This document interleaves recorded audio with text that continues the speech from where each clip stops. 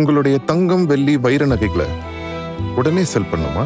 நம்பிக்கையான நிறுவனம் Max Gold. Call 04445454545. Max Gold, cash for gold.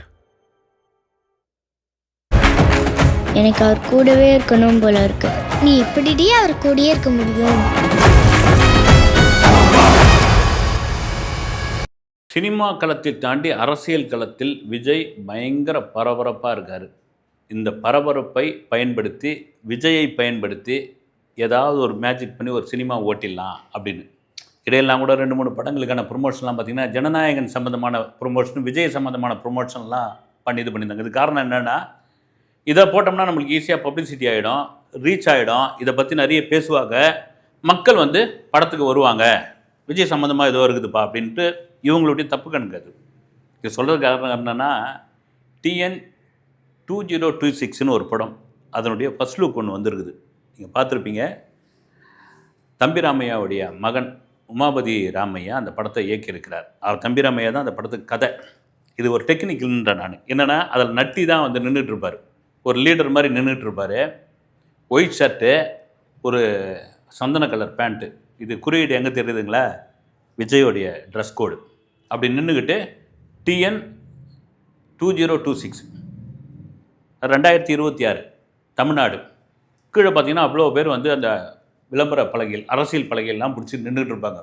அதில் கொஞ்சம் ஜூம் பண்ணி அந்த இதில் போய் பார்த்தீங்கன்னா ஒரு கேரக்டர் நின்றுட்டு இருப்பார், இளவரசு. நீங்கள் பார்த்தீங்கன்னா அந்த கெட்டப்பு, அந்த இது எல்லாத்தையும் பார்த்தீங்கன்னா நாஞ்சல் சம்பத் மாதிரியே இருப்பார் அவர்.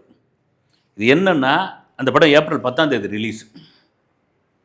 இதுக்கு என்ன காரணம்னா, விஜய் மாதிரி நட்டிக்கு ஒரு இதை உருவாக்கி இதை பேச வச்சு, விஜய் சம்மந்தப்பட்ட கதை, தாவேக்க சம்மந்தப்பட்ட கதை, இது விஜயோட அரசியல் கேரக்டரில் நட்டி நடிக்கிறாரு அப்படின்னு மீடியாக்கெல்லாம் இறங்கி தாம் தூம்னு ஒரு விளம்பரத்தை பண்ணி, அது எல்லாம் தாவேக்க தரப்பில் விஜய் ரசிகர்கள், விஜய் தொண்டர்கள் அவங்க மத்தியில் போய் பரபரப்பாயிடும்னு எனக்கு தெரிஞ்சு பார்த்தீங்கன்னா ஒரு தப்பாக டிசைன் பண்ணி ஒரு கணக்கு பண்ணிட்டாங்கன்னு நினைக்கிறேன்.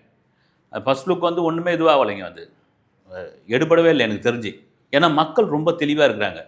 இதெல்லாம் இந்த நேரத்துக்கு நீங்கள் பண்ணுற வேலைங்க, இதெல்லாம் படமாக வரட்டும், நாங்கள் பார்த்துக்குறோம் ரேஞ்சுக்கு. டிடிடின்னு ஒரு படம் தெரியுமா? தலைவர் தம்பி தலைமையில் அப்படின்னு ஒரு படம். அந்த படம் கூட பார்த்தீங்கன்னா இந்த கடைசி ஒரு டைலாக் ஒன்று வரும்.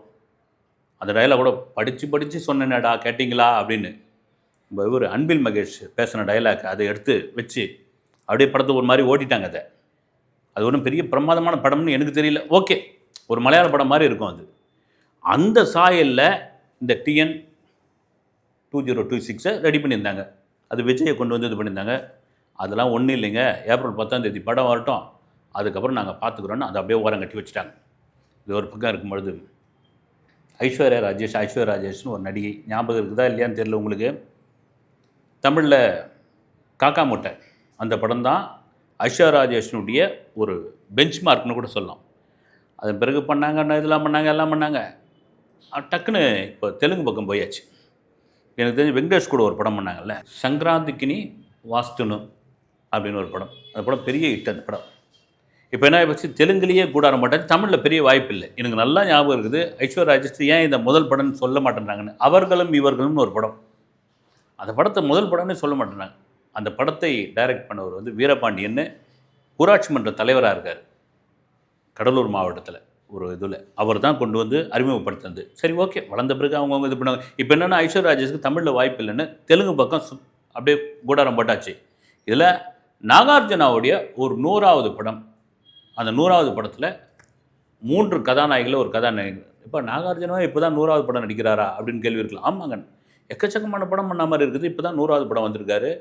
அவர்லாம் கிட்டத்தட்ட பிரபுவுக்கு சீனியர் ஆச்சு அப்படின்னு தெரியல என்னான்னு. ஒரு சமயம் கவுண்டிங்கில் இந்த கெஸ்ட்ரோல்லாம் ஒதுக்கிட்டாங்களான்னு தெரியல. 100வது படம் அதில் தபு, அப்புறம் இன்னொரு நடிகை ஐஸ்வர்யா ராஜேஷ் கடைசி நேரத்தில் ஓகே பண்ணியிருக்காங்க. ஓகே, வழக்கம் போல் தான். இப்போ பார்த்திபன் ஆந்திராவுக்கு போய் நானும் நாயுடு தான், நானும் மணவாடு தான் அப்படின்னு சொன்ன மாதிரி இவங்களும் வழக்கம் போல் அங்கே போயிட்டு நானும் தெலுங்கு பொண்ணு தான், எனக்கும் தெலுங்கு தெரியும், நானும் தெலுங்கு பேசுவேன் அப்படின்ட்டு இங்கே வந்தவுடனே எங்கள் அம்மாவும் சினிமாவில் இருந்தாங்க, நானும் தமிழ் பொண்ணு தான், நான் ஒரு சாதாரண இதுலேருந்து மேலே வந்தவங்கன்னு சொல்லுவாங்க. ரைட்டு, ஊருக்கு தகுந்த மாதிரி அவள் தானேங்க, அப்படி இருந்தால் தானே பிழைக்க முடியும். அப்படி போயிட்டு இருக்கும்போது அவ்வளோதான். இது ஒரு பக்கம் இருக்கும்போது இப்போ என்ன ஆகிப்போச்சு, இந்த 100 கோடி வசூல் 100 கோடி வசூல்னு சொல்லுவாங்க இல்லைங்களா, அது ஒரு ஏன்னா நம்ம திரையரங்கு உரிமையாளர் விநியோகஸ்தர் திருப்பூர் சுப்பிரமணியம் அடிக்கடி சொல்கிறது என்னென்னா, எப்போ அவன் 100 கோடி வசூல் பண்ணுச்சு, 200 கோடி வசூல் பண்ணுச்சு, 300 கோடி வசூல் பண்ணுச்சு, நீங்கள் ரைட்டு, அந்த படத்துக்கு எவ்வளோ பட்ஜெட் செலவு பண்ணீங்க, அது ரொம்ப முக்கியமான ஒரு விஷயம், அதை சொல்லுங்க பண்ணுவார். அதை சொல்ல மாட்டாங்க. இந்த 100 கோடி அடிச்சது 100 கோடி அடிச்சது அப்படின்வாங்க. அது தமிழ் சினிமா கிட்டத்தட்ட இது முடிஞ்சு போச்சு. மார்ச் முடிஞ்சாச்சு, ஏப்ரல் ஆரம்பிச்சிருச்சு. 3 மாதத்தில் எனக்கு தெரிஞ்சு 100 கோடி அப்படின்னு பராசக்தி படம் 100 கோடி, அதுக்கே விமர்சனம் இருக்குது. அது 125 கோடியில் எடுத்து 100 கோடின்னு கணக்கு காமிச்சிட்டாங்க அப்படின்னு. அது ஒரு பெரிய லாபம் இல்லையேன்னு. அப்புறமா வித்துலவு, தாய்க்கிழவி, சிறை, இந்த மாதிரியான படங்கள் வந்து வசூல் கொடுத்துருக்கு. அதுவும் தாய்க்கிழவி படம்லாம் கரெக்டாக 30 நாள் அதனுடைய ஓட்டம் 30 நாளில் 87 கோடி ரூபா கலெக்ட் பண்ணியிருக்கு அந்த படம் வந்து. அப்போ பெரிய படங்கள் தியேட்டருக்காரங்களாம் என்ன வருதுன்னா, தியேட்டருக்காரர்களுக்கு ஒட்டு மொத்தமாக ஜனநாயகன் படத்தை தாங்க எதிர்பார்த்துட்டு இருந்தாங்க. நீங்கள் தியேட்டர் நடத்துறதுலாம் பெரிய கஷ்டம். உண்மையிலே தமிழ்நாட்டு தியேட்டரில் காப்பாற்றணும் இன்னொரு படம் ஒன்று இருக்குது தெரியுங்களா, துரேந்தர் 2. அந்த படம் தாங்க ஹிந்தி வெர்ஷனு, ஹிந்தி சப்டைட்டில் இல்லாமல் தமிழ், அத்தனை பேர் ரிப்பீட் ஆடியன்ஸ்லாம் போய் பார்த்துருக்காங்க. அவங்கள அப்போ தான் கொஞ்சம் வயிற்றில் பாலை வாத்த மாதிரி இருந்தது. இதெல்லாம் மீறி இந்த 100 கோடி விங்கு 100 கோடி விங்குன்றாங்க இல்லை, இந்த 100 கோடி விங்குக்குள்ளே சிக்கன ஒரு படம் வந்து மதராசி, ஏஆர் முருகதாஸ் இயக்கத்தில் சிவகார்த்திகேயன் நடித்து போன செப்டம்பர் மாதம் அந்த படம். அப்போ கூட அந்த தயாரிப்பு நிறுவனம் என்ன பண்ணாங்க, 10 நாளில் இவ்வளோ வசூல், 25 நாளில் இவ்வளோ வசூல், அப்புறம் இவ்வளோ நாளில் 100 கோடி ரூபா வசூல் அப்படின்னு சொல்லிட்டு அதோட அந்த விளம்பரத்தை நிறுத்திட்டாங்க. இப்போ என்னன்றாங்க, எங்களுக்கு வந்து கிட்டத்தட்ட ஒரு 40 கோடி ரூபாய் வந்து முருகதாஸ் வந்து செலவு அதிகமாக கூட்டிட்டாரு. அவர் சொன்ன பட்ஜெட் வந்து 115 கோடி, அவர் 145 150 கோடிக்கு இழுத்து போயிட்டார் அந்த படத்தை. அதனால் இந்த படம் 100 கோடி வசூல் பண்ணாலும் எங்களுக்கு நஷ்டம் தான் 40 கோடி ரூபா, நாங்கள் என்ன பண்ணுறது அப்படி. இதில் என்னென்னா, இந்த மதராசி படம் கமிட் ஆகி ஷூட்டிங் ஆரம்பிக்கிற நேரத்தில் சல்மான் கான் கூப்பிட்டாருன்னு இதை விட்டுட்டு சிக்கந்தர்னு ஒரு படம் போய் எடுத்தார் முருகதாஸ். சிக்கந்தர் சிக்கு புக்கு ஆகிப்போச்சு. அங்கே வந்து இனிமேல் பாம்பே பக்கமே போக முடியாது, அந்த அளவுக்கு ஆகிப்போச்சு. சரி, ஓகே. இப்படி இருக்கும் பொழுது இப்போ தமிழ் சினிமாவை எந்த படம் தான்ப்பா காப்பாற்றும் அப்படின்னா, ஒன்லி ஒன் ஜனநாயகன் மட்டும்தாங்க. அது எப்போ தான்ப்பா வரும் அப்படின்னா, டாக்ஸிக், யஷ் நடிச்சிருக்க டாக்ஸிக் படம், அதே கேபிஎன் ப்ரொடக்ஷன் தான் அதை தயாரிச்சிருக்காங்க. அந்த படம் ரிலீஸ் கடந்த 19ஆம் தேதி ரிலீஸ் ஆக வேண்டியது, மார்ச் அப்படியே தள்ளி போயிடுச்சு. இப்போ ஜூன் 4ஆம் தேதி. அதுக்கு முன்னாடி ஜனநாயகனை கொண்டு வரதுக்கான வாய்ப்பு கிடையாது தம்பி. ஜூன் 22ஆம் தேதி விஜய் பிறந்த நாளுக்காக ஜனநாயகனை ரிலீஸ் பண்ண போகிறாங்க. அது அரசியல் பேசுது பேசலை, அவர் தேர்தலுக்கு முந்தைய படம், பின்னாடி படம், அப்புறமா வந்து இது வந்து ரீமேக் படம், இதை தேர்தலுக்கு அப்புறம் விட்டால் ஓடாது, இந்த கணக்கெல்லாம் விட்டுட்டு விஜயோட கடைசி படம் நாங்கள் வந்து கொண்டாடுவோங்க அப்படின்னு அந்த படம் தான் காப்பாற்றணும் ஒரு பக்கம் இருக்கும்பொழுது, ஏப்ரல் 30ஆம் தேதி கரசாமி, பயங்கரமான எதிர்பார்ப்பு இந்த படத்துக்கு. காரணம் டைரக்டர் தான். அதனால தான் பயங்கரமான எதிர்பார்ப்பு, பயங்கரமான பில்டப் ஒரு பக்கம். நம்ம முன்ன சொன்ன மாதிரி குறுகிய நாட்களில் இந்த படத்தை முடிச்சிருக்காங்க. அந்த கரசாமி என்ன பண்ண போகிறாரு அப்படின்னு ஒரு பெரிய எதிர்பார்ப்பில் இருக்குது இந்த படம். ஏன்னா தனுஷுக்கெல்லாம் பெரிய ஓப்பனிங்லாம் ஒன்றும் கிடையாதுங்க. வந்து படம் நல்லா இருந்தால் கூட்டம் பிக்கப் ஆகும். இந்த குபேரான ஒரு படம் வந்து தெரியுங்களா, ஐயோ அவ்வளோ பெரிய பில்டப்பு கொடுத்து, நான் அந்த காசி டாக்கிஸ் அசோக் நகரில் இருக்குது போய் உக்காந்தா பாதி பேர் படம் ஓடிட்டு இருக்கும்போது எந்த ஓடிக்கிட்டே இருக்கிறானு. வந்து என்னப்பா இது தெலுங்கு படத்தை வந்து போட்டு நீங்கள் பேர் அமகலம் பண்ணுறீங்களே அப்படின்னு. அது தனுஷ்கே உள்ளது. ராயன், பெங்களூருக்கு போய் படம் பார்த்தேன், ராயன்லாம் அதனோட நிலைமை. அதனால் ஓகே, படம் வரட்டும், கரசாமி வரட்டும், அதுக்கப்புறம் நாங்கள் தெரிஞ்சுக்கிறேன்னு. இன்னொரு முக்கியமான படம் மே 14ஆம் தேதி, மிக மிக முக்கியமான படம் கருப்பு.